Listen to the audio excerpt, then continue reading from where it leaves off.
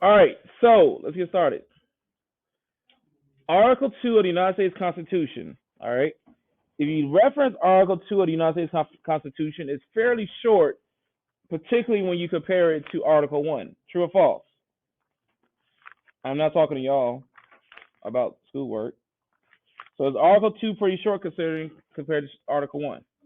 Yes, it's significantly shorter. All right. So in Article 2, what you'll find in Section 1, Clause 2 will be the Electoral College Clause. And that's where we say that the president is voted on solely for the idea of the Electoral College. The idea is that when the Constitution was made or written and ratified, they didn't trust the American public to actually understand and know how to actually vote for good presidency. So the Electoral College is made up of other politicians that understand our republic. Everybody got me on that? I would argue America's not much better now, and for the 100,000 reasons we've already talked about so far in this poli-sci class. So right now, I just want to go a little bit more in depth. I'm going to be referencing Article 2 of the Constitution throughout. So if you want to take out your copy of the Constitution, that's not a bad idea to do because I will be definitely referencing. I'm just looking at my copy, which is the same one I gave you, just a photocopy of it. If you took notes already, this might be a good time to still also, just kind of remember. So this is one of our first presidencies right here. This is where you have John Adams, George Washington. Then here you have, anybody know who that dude is? It is a Roosevelt. This is Teddy. I think this was Teddy right here. I think this was Teddy. All right. So the presidency of the United States, this right here is going to be Lyndon B. Johnson. Everybody listen up. So the presidency is really seen as this the person that the rest of the world sees. Everybody got me on that? The president who identifies with us. That's why you have to understand that Japan, South Korea, North Korea, Australia, when they see the president, they see the United States. You got me on that? So how good or how bad or how indifferent the president looks also says how the rest of the world sees us. Because that is our chief diplomat, if you will. So that's one major role of the presidency, as you guys see your notes, is the chief diplomat. Diplomat meaning the person that goes out and talks and everything like that. Congressional leaders go out and talk, but the presidency, that is like the person. Like the president is not a king, but the king and queen constantly talks. And this is JFK moving around, going to speak to some people as well. But their main job is definitely diplomacy. This is Taft, if I'm not mistaken here. This is FDR. This is Nixon. And here you have, all right, you got Nixon, Ford, dude from Carter, Reagan, and then H.W. Bush. So you typically get a lot of these pictures here of like all the remaining presidents. So right now you have like Biden, Trump. We haven't actually had one of those because there's been no pictures since really Trump got out of office with all the other presidents. It's actually kind of odd because that's something you see a lot. But you have Obama, then you have George, you got George Bush Jr., and then you still got Clinton living. But the rest of these guys are all gone now. No, Carter's still there. So Carter will be like moved up in front because these other two died. Carter is very old, but he's still moving around though. Carter's still moving. This is President Clinton right here. Clinton again here. Clinton was in the 90s. This is George W. Bush. Remember, he was president during 9/11.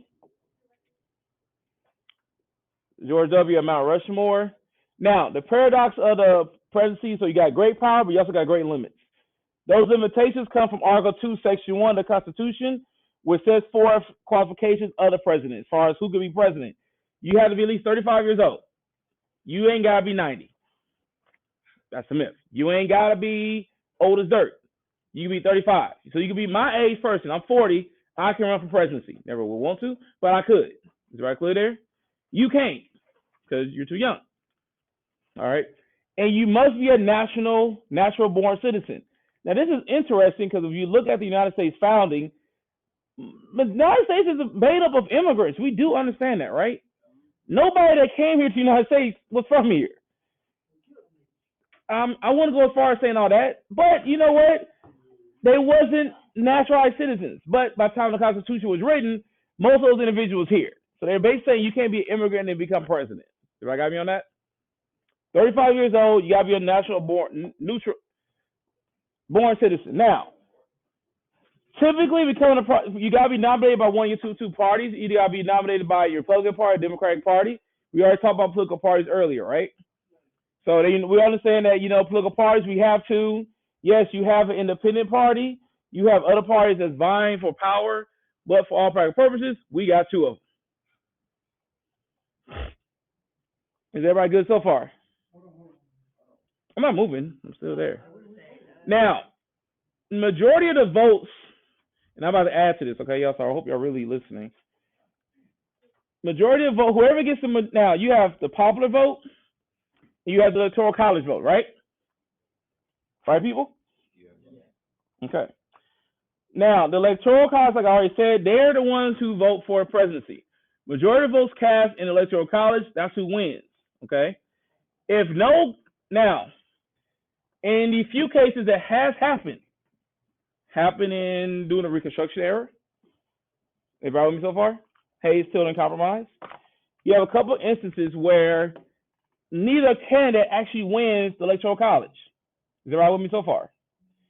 In those rare cases, the House of Representatives will then decide who's going to be the next president. Because again, the idea is that the power goes back down to the people. Is everybody got me on that? Is everybody with me?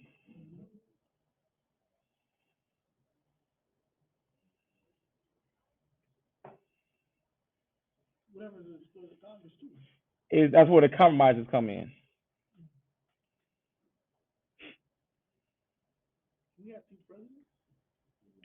No. Now, these states here.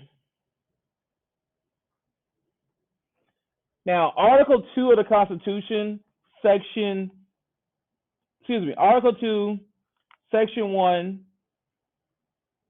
Clause 2, talks about the Electoral College. There has not been any amendment to the Electoral College. Is that right clear there?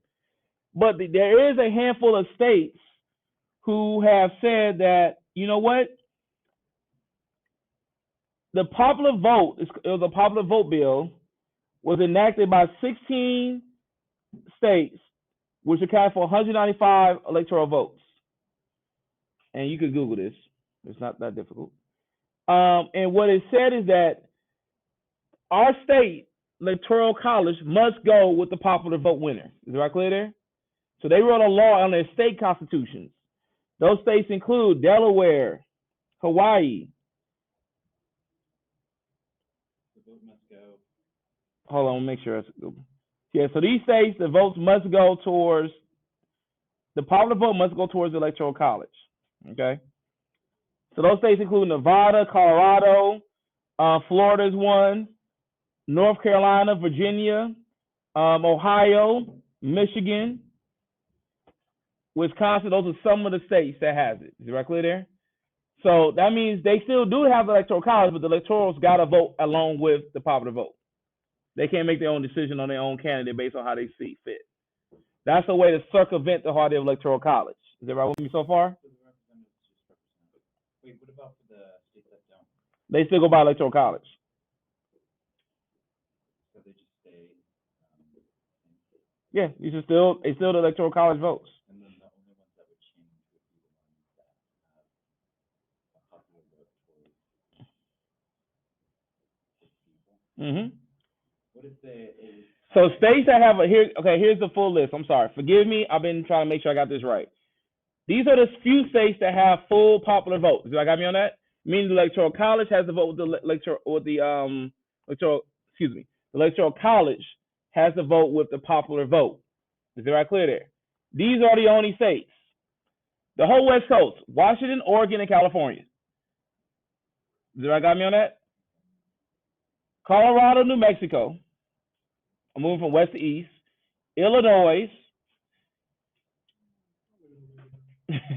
And then we go to around the DMV area. So we have then Washington, D.C., Maryland, Delaware, New Jersey, New York, Connecticut, and Rhode Island, and Vermont. That's it.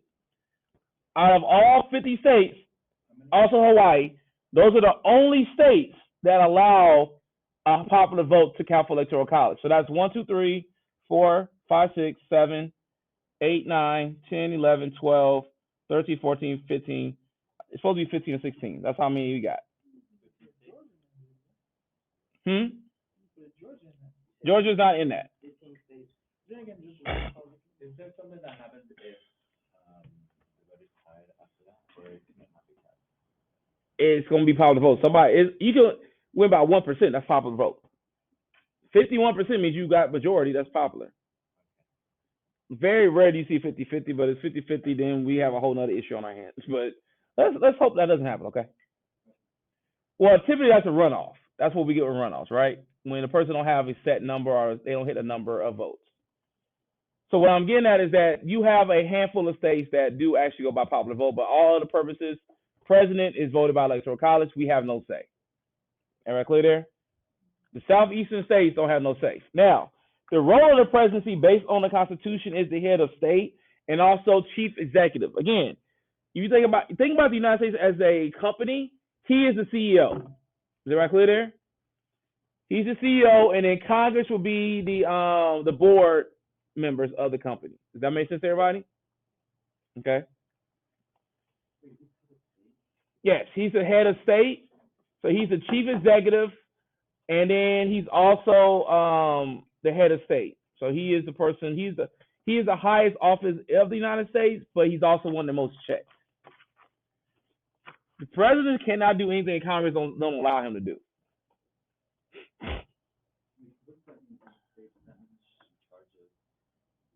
Governmental matters.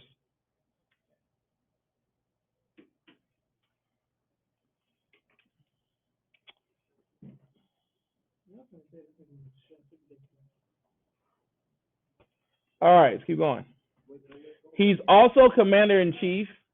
So he's head of state, chief executive, commander-in-chief, only doing wartime powers. And he has to get congressional approval. Is it right clear there?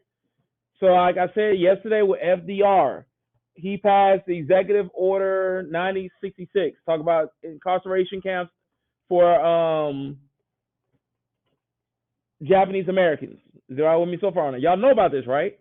If y'all took U.S. history, you should know about that. Still in the standards for now. Okay. If not, you just got a preview of it. So that's where you have the president in times of safety, to ensure safety of the country, he can enact executive orders like that to protect us. Is there I got me on that?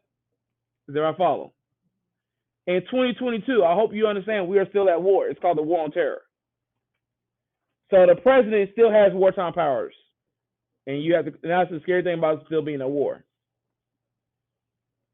I already said he's being the chief diplomat. I just talked about that earlier. Talk about he's the main one that everybody sees in other countries. He's the one that goes to negotiate. He's the one to go to NATO. He's the one to go to the United Nations. Congressional leaders do it, but he is the main chief diplomat. When the Queen of England died, he's the one that went. He's a diplomat. That is his job. We pay due a lot of money to make us look good.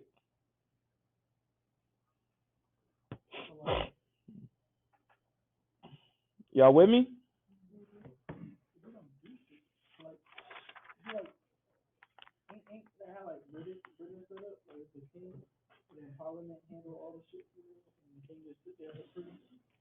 I mean, you could say that until wartime happens, and you see how powerful a president can be.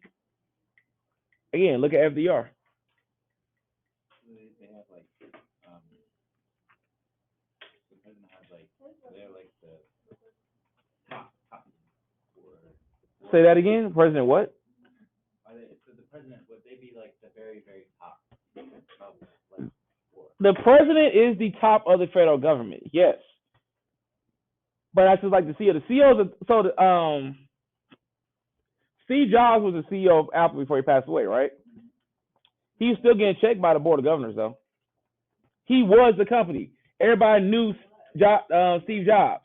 And everybody did not know the board who actually has to approve everything Steve Jobs does. Okay.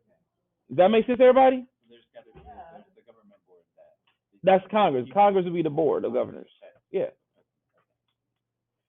Now, he's also the chief legislator because He's one of the people that really tries to get legislation done. He has line veto powers, but Congress always override his veto. And he also can help get legislation passed. Okay? Because he's a party leader, he can be the chief person to get himself done. So Barack Obama, being a party leader, really pushed for the Affordable Health Care Act. He couldn't pass a law, but he could push Congress as the leader of his party to pass the Affordable Health Care Act, or that's commonly known as Obamacare. But again, Obama ain't the one who wrote the law, is it? No. If y'all remember from last week, he ain't the one. Why do you care about this? Because y'all get impacted by these laws. You want abortion, right? Well, guess who can write a law to put abortion back on the table? Congress. If you don't hold them responsible, why would you? It's like the whole idea with me. Okay, not me. It's like, okay, yeah. Most teachers. Think about this, y'all. And I know y'all, and some people have had me before know this. You ever notice how teachers trip out when they about to get observed? Yeah. You know, like they become a totally different person. That's them getting checked because they're not doing their job. Then that could be their job. See what I'm saying? That's a check. So, in the idea of the president, you got Congress that also get checked. So, Congress, if you never checking them, they can do whatever they want. If you never have a teacher observe you, or if a teacher there gets observed, they doing whatever they want. They can feel comfortable. Y'all follow me on that? When you feel comfortable, people do very crazy things sometimes. But just knowing that door can open, someone coming there, most teachers would be like, okay, I got to make sure I stay on my top. But y'all know for yourselves, they get rattled, right? They start talking different. They posture change, all that. Y'all know me, that have me. I'll be sitting just like this, doing the same thing I'm doing because I don't really care. But other people really care because they get rattled. Congress, I'm bringing that to Congress. Y'all don't ever rattle them. They keep getting reelected. So they comfortable. So, hypothetically. Okay, here come your hypotheticals. If I got a whole bunch of 18-year-olds to vote, right, and we all voted everybody out of Congress and voted new people into Congress, would that completely flip? Yeah. Everything? That would change the whole dynamics of Congress. And in fact, that kind of happened about 6 years ago when you had a high influx of women. And you know what they started calling them? The squad. They started calling them radicals. They started calling them socialists. They were just younger. That was it. They were younger, different, and of a different normal sex. And then you have to identify them as being negative because they're bad, this. I'm like, why? Because they see things different than you because I'm not 80 years old, still living in the Cold War era. I'm not saying they're all great, but I like the idea of an influx of new ideas. Y'all follow what I'm saying with that? Like, one thing I like about teaching, I'm getting new students every couple months. Like, that's cool. I get new influx of ideas. So the way I'm teaching this to y'all right now, I'm not teaching next semester like this because it'll be new kids. New kids, new ideas. I change as they change. Not everybody can do that, which also gives me a headache, but that's another story. All right. Other presidential powers includes that any kind of powers that's given to them by Congress. So Congress can give more powers to the presidency. They can also take power from the presidency. But the president can't really make a new power. Does that make sense to everybody? Yeah. Now, they can kind of employ powers, particularly through social media. I'm telling y'all this. Like, did y'all know, as we see here November 2nd, 2022, there's people up in Washington, D.C. trying to cut off TikTok? Wait. Because TikTok is China. First off, there's American companies that also own ownership in TikTok, but that's another story. That's a whole big thing that happened about that 2 years ago. But TikTok is stealing your information, and China is stealing your information. That must be really bad. Let's go back again to what we had, talk about Cold War. Why do we care about China so much again? Ain't Facebook taking our information? Ain't Instagram taking our information? Yeah. Google is known. You have a button to hit to cut it off from Google. But we want to worry about TikTok. No, but hey, don't ever care about who's their leaders. That's fine too. Isn't that like some dude said, like, we don't care about when people fight until somebody kills an American? I'm not understanding that analogy in the sense of what I'm saying right now. I mean, no, I understand what you're saying, but not in the sense of what I am talking about. I'm not following the correlation. Oh, then okay. All right. No, that's deep. Okay, so I already said this. Now, the public approval rating. Y'all heard that yesterday in the video, and if you watched the video, you saw that. That's big because it tells us how well the people agree with the president. Do I got me on that?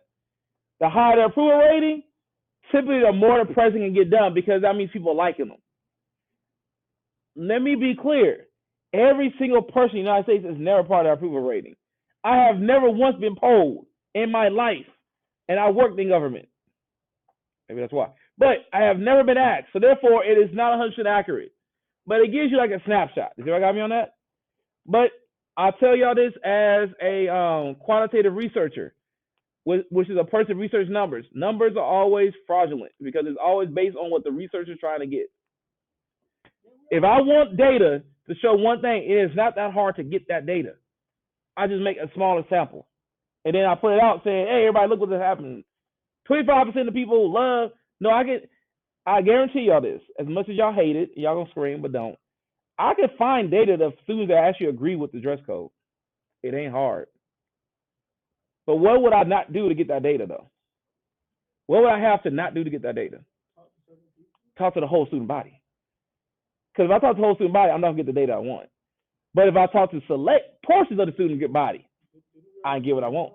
So that's why it's partially correct? Partially correct, yes. That's what I said. That's what I'm saying. That goes back to polling, posters, stuff like that. Yeah. Any questions so far? All right. So again, the president got to go out there to the people. They got to be seen. The more like the president is, the more the president can get done. Does everybody hear me on that? You got to go out there and kiss some babies. You got to go out. I swear, I kid you not. I never forget. 1992, post LA riots. George H.W. Bush comes to the hood. He goes to my Boys and Girls Club. My mom was so mad at me on this, but I'm gonna tell you the story anyway. So post 1992 LA riots, you know, riots a bad thing, right? So city got destroyed. I'm like 10, 11 years old. Dude talking. I'm biting my nails. I'm right behind him. Like, this is the president talking. This is me. My mom got the newspaper clipping. I'm back there like this. Totally not listening to him. Why is that such a big deal? Because they made an example how you've not paying attention to presidency. My mama was pissed. Wait, they called you out? Yes. My mama was pissed. I have been looking for that video clip for my whole life and I cannot find it. But because again, the idea is that he came into the public, this major event, the LA riots, he's talking about all these things. And as a team, I'm like, man, you ain't gonna do nothing. Who was it? George H.W. Bush. So George Bush is senior. 1992 came to the Boys and Girls Club in Los Angeles. I will never forget that because I never forget what my mama did to me, about how my dad felt. Because the idea is I embarrassed the family. I was just like, I didn't want to be here. I really was like, again, like most kids, right? I did not want to be there, but you put me there. But the idea as far as what I'm getting at, that's public view. Does everybody got me on that? The president looked like he was, every time you have natural disaster, the president always goes, right? Anytime you have a big event, the president always goes, right? The president went to that one because he got to be seen. He got to be seen active. You may never see a congressional leader, which is crazy, but you're going to see the president. Y'all with me? All right. Popularity goes into it. These poll numbers mean something. Look, you have Truman, you have Eisenhower, you have Kennedy, you have Johnson, you have Nixon. Y'all see these popularity numbers? Look at Ford, look at Reagan, look at Bush, look at Clinton, look at Bush Jr. You see this? Who are the more popular presidents? Can you really stop doing that, dude? You're the reason why you should take ethnic studies. Saying nigga and nigga like I don't even realize what you're saying. No, but you said nigger. And you didn't realize it. No. Don't use it. Don't use it. Don't use it. No. How about Reggie? He used ER. You didn't even hear yourself. But anyway, just be careful and not use the word at all because you're not consciously knowing how you're saying it. I understand that, no, it still means something. So just don't. I don't even use that word. I don't even use it. I used to, like I got older and understood better. All right, so popularity is huge again. The more popular the president, the more that person will get done. Is that right clear there? And I'm saying he, but eventually she will be able to get something done too. Here is your discussion question. How have presidents used their positions to increase the power of office? Doom, doom, doom. Or what role has technology played increasing the power and reach of presidents? That is your discussion question. Boom, boom, boom, and be ready to discuss it at a time to be determined. But I will say this, considering if you watched all your videos, if you're listening to this, you should be ready to go with this, okay? I would definitely take a picture of this. Y'all have those beautiful mobile devices. Most of them probably got at least 1% battery on them right now. I would take a picture of that real quick. That way you don't forget. Hey, you know. Wait, so we're doing this in class? You will do this in class at a time to be determined. Nope. Be ready. By tomorrow. Be ready. Yes. Just be ready. How have the presidents used their position to increase the power of the office? I know y'all got a group chat. I would definitely throw this in the group chat. Be ready. Because y'all don't know how to keep your mouth closed about stuff. Right, like you'll be saying, send it to the group chat, like everything. Oh, that's pretty well. Yes, ma'am. My extra credit. Nice nails, okay. Oh, I was talking about the I know, like I shoot. I have to take these nails off because one popped off, so that's lovely. And okay, okay. It's not great. I'm sorry for it. You know. All right, keep going. All right, what is this? Somebody has a picture of it they can show with you. You can do it in a second. I don't want to be talking about this all day. All right, presidential greatness. What is it? So now, who is ranked as the #1 president? Abraham Lincoln is also be at the top of that list for the sole purpose of the Civil War. Have I got me on that? Like, regardless of how you look about him, no matter what, he was president of the Civil War, and right before he died, the Civil War didn't end. So he's always be ranked up there. This is kind of dated because this will definitely be different now. But then you typically have Ronald Reagan. Oh no, Franklin Roosevelt. Again, think about war presidents. Everybody got me on that? Lincoln, Roosevelt, Washington. Those are all war presidents. Everybody got me on that? Teddy Roosevelt was still a war president because he fought in wars. Harry Truman, he ended World War II. Woodrow Wilson, World War I. Y'all see where I'm going with this? They always presidents of war. Thomas Jefferson, Louisiana Purchase. We wouldn't have the country we got without it. Y'all follow me on that one? So these all have major impact. So when a president goes to the office, their goal is, what's going to be my lasting impact? How the history book's going to talk about me? All right. Now, special uses, we talk about emergency powers, we talk about executive orders.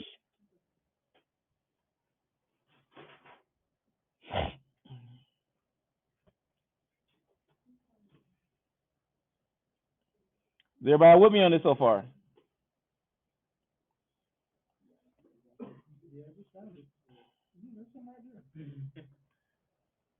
You found my picture? Oh, yeah, I got no clue.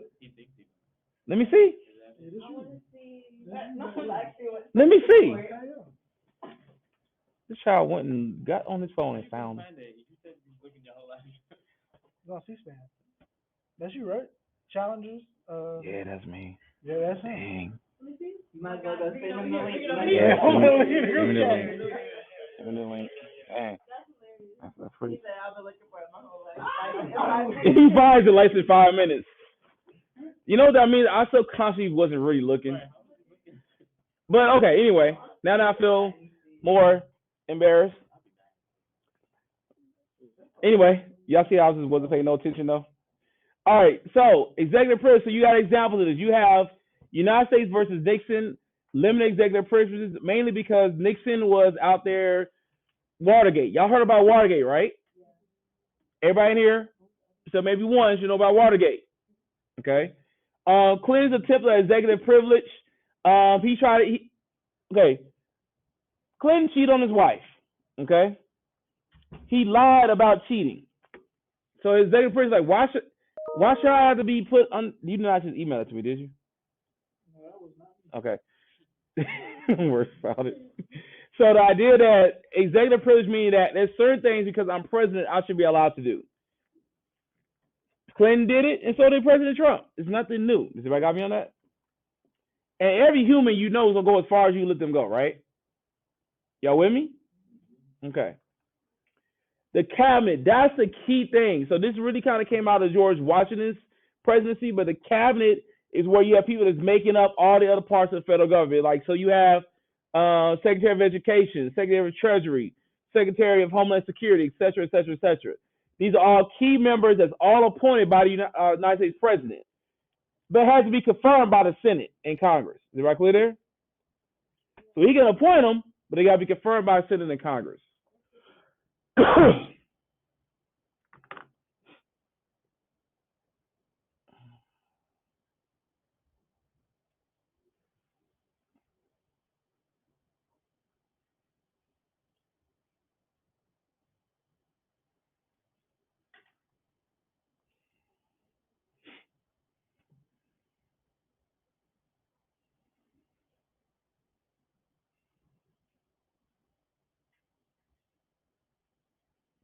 All right, is everybody with me?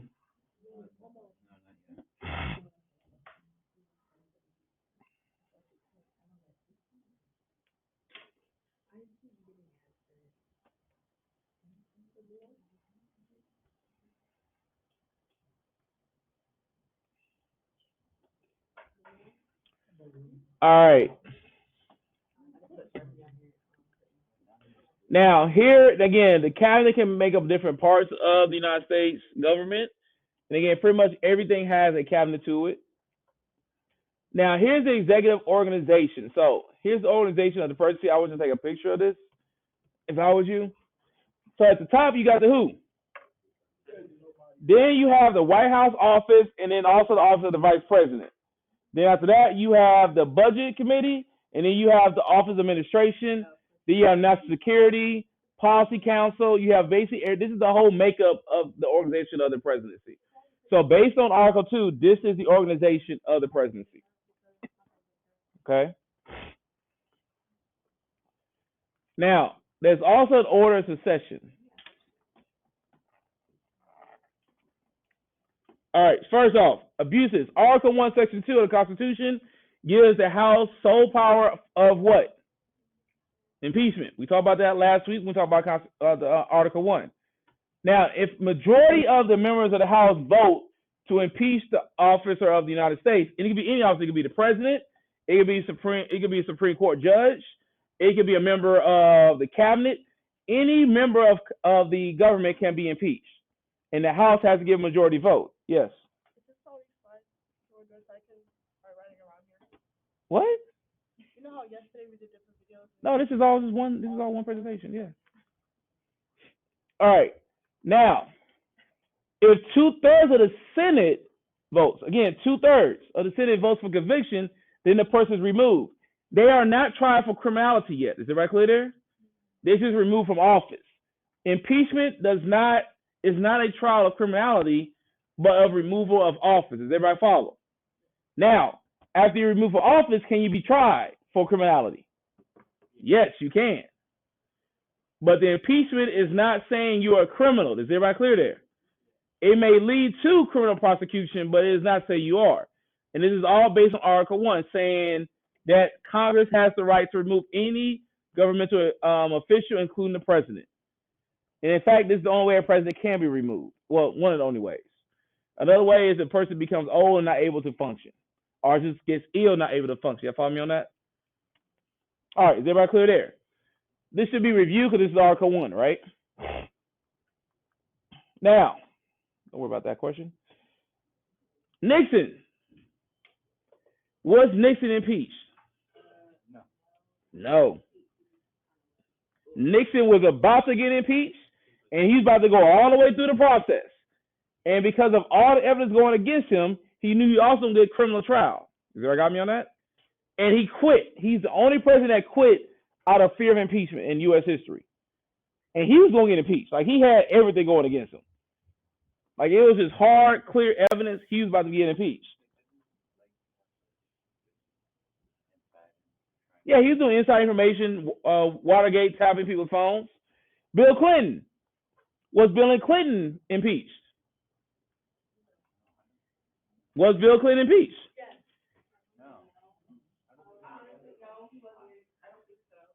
Bill Clinton was impeached by the House of Representatives, but found innocent by the Senate.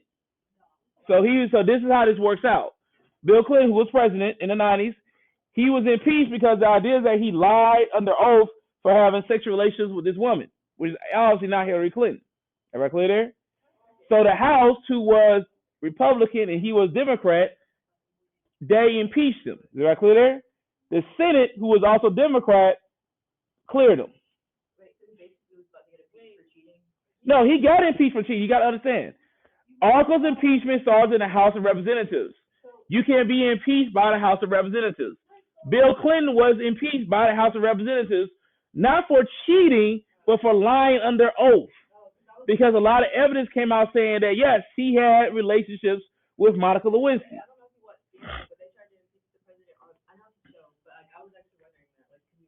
What show was this? Scandal. Yeah, Scandal had a lot. I'll be honest. Scandal, I need to start thinking back and look at Scandal, because Scandal got a lot of episodes that like are point on. And I'm going to go back and look at my notes because I know I can probably show some of y'all that to you. All right, so, yes, he was impeached. But he got off because of Senate. Is that clear there? Donald Trump was impeached twice. But he always got off by the Senate. Does everybody got me on that? Let me say this now. If Donald Trump was to get impeached now, it'd be very close. And this is really why. This is why I say politics is scary, because political parties. Does everybody got me on that? The political parties typically not going to impeach you unless they have no choice. Like, it's so evident, like Nixon. In Bill Clinton's case, it wasn't clear cut, so he wasn't impeached. I'm saying this as from the lawyer perspective. Donald Trump was impeached, but not on what he could have definitely got kicked out of office for. He's impeached on stuff that was maybe questionable, but it wasn't something where you have to draw a line and saying, like, I got to make sure I go with this. So his party never took him out. And that's what normally happens. Happened to Clinton, too. Everybody got me on that? Don't be mad at Donald Trump if Clinton got off. I'm just saying. Got to be fair across the board. All right. So now, the vice president. Now, the vice president job is not huge, but it's still under Article 2. Does everybody got me on that? She's the second in line. Does everybody got me on that? To be president. They also are, like we said yesterday, they are the president over the Senate. So they're the tiebreaker. Does everybody got me on that? So if there's ever a tie in the Senate while making laws or even impeachment, does everybody got me on that? The vice president will come in and be the tiebreaker, going one way or the other. Does everybody got me on that? Does everybody follow me? This is still what article of the Constitution? Article 2. All right. Now, you have your constitutions out. What's the 25th Amendment? Don't guess. Make sure. Don't guess, but tell me. I just said, don't guess. Tell me. Say that again. In case of the removal of the president from office, death, or resignation, the vice president shall become president. So based on the 25th Amendment, if the president gets sick, he dies, let's say he gets taken by terrorists, God forbid that ever happens, I'm not saying that to happen. I'm just saying if something happens to the president, the VP would then come in and take over. Has everybody got me on that? Yes? If something happens to both the president and vice president, the Speaker of the House then takes over. Okay? Nancy Pelosi right now. What's up? So did they have this when, like, They had version 25th still a pretty new. 25th Amendment got passed. Let me see when. I gotta look at it. It's fairly new. 25th Amendment got passed in 1967, so it's still kind of new. But it was kind of like I can't answer that question. I don't know. I don't know. Isn't it true that the president and vice president like take separate planes? Yes, that is true. The president and vice president does typically take separate planes. Again, for the same rate. You don't ever think about this. Everybody listen to what I'm about to say. Think about this. And please, I need y'all to really bear with me because my science is killing me. If I could take out half the line of succession, again, this is why it's like a whole list of people. I'm going to show you in a second. As far as the line of succession, like this person, this person, this person, this person, this person, like a whole line. It's always going to be a president. It's the question who's going to be. But you typically don't see all those people in the same place at the same time. You got me on that? Because the whole idea is we got to have a functional government. And one way to destroy the government is have everybody in the same place. You never going to see everybody at the same place, same time. This is why the January 6th attack was a huge deal, because you had a lot of those people in the same spot at the same time. You got me on that? So the line of succession could have been really hindered, if you will. Again, it got to be a perfect storm. That's almost impossible. I say almost because anything is possible, because there's so many people in that line of succession. But you never see like the president and vice president typically be on the same plane. Yeah. Yeah, designated survivor gets into that idea. How like it really breaks down that whole line of succession. So that's a good show to watch, Designated Survivor. So Lyndon B. Johnson, he became president after Kennedy was assassinated. Does everybody got me on that? And guess what? Lyndon B. Johnson was nowhere around Kennedy because, again, that same idea. Does everybody follow? All right, here's that line of succession I was telling you about. And this is actually most of the day. You have 18 people that will take this line of succession, starting off with the president, vice president, going all the way down. Remember that cabinet, right? Every secretary is a member of that cabinet. This is why they typically have to be approved by the Senate. Because if something was to happen, let's say all 17 people, something happened to them, then Homeland Security secretary will become president, and half of y'all don't even know who that person is.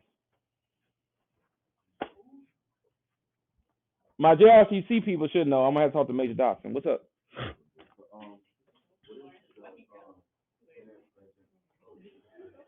All right, the Senate President pro tempore, that's the second in charge of the Senate. So that should be like Mitch McConnell, if I'm not mistaken.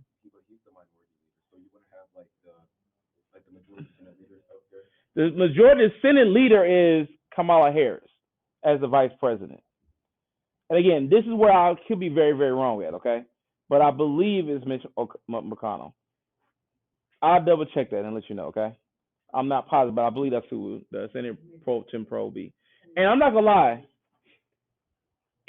I don't know every last single one of these people, but where can you go find them all up at? Just do a simple internet search, you can see them right there. And be mindful, these people are taking their tax money.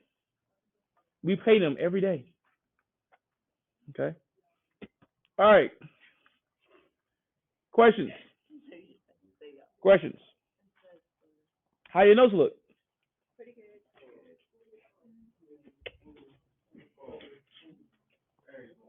They look pretty good?